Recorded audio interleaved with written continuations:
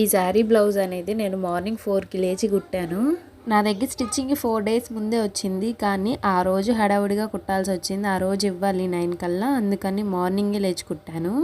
నాకు 2 పిల్లలు ఉన్నారు. వాళ్ళిద్దరు కూడా చిన్న పిల్లలేను. 5 ఇయర్స్ పాప, 3 ఇయర్స్ బాబు.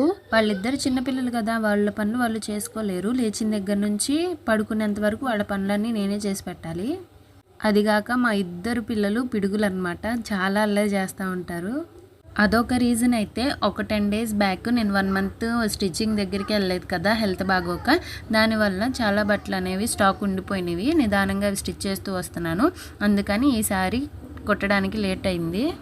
ఇంకా ఎర్లీ మార్నింగ్ 4కి లేచి స్టిచ్ చేశాను. మళ్ళీ పిల్లలు లెగిస్తే అవ్వదని చెప్పేసి ఇంకా ఎర్లీ మార్నింగే స్టిచ్ చేశాను. బ్లౌజ్ వచ్చేసి ఇలా కట్ వర్క్ డిజైన్ పెట్టాను. నెక్స్ట్ హ్యాంగింగ్స్ ఏమో 3 స్టెప్స్ పెట్టాను. అంతా హడావుడి అయ్యేసరికి ఫొటోస్ కూడా రివర్స్లో తీసాను చూసుకోకుండా. ఈ హడావుడిలో కటింగ్ స్టిచ్చింగ్ వీడియో తీయలేదు, అందుకే బ్లౌజ్ ఇచ్చే ముందు పిక్ తీసుకున్నాను.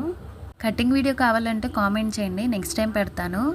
బ్లౌజ్ మోడల్ నచ్చిందా? నచ్చితే లైక్ చేసి సబ్స్క్రైబ్ చేయండి. Thanks for watching.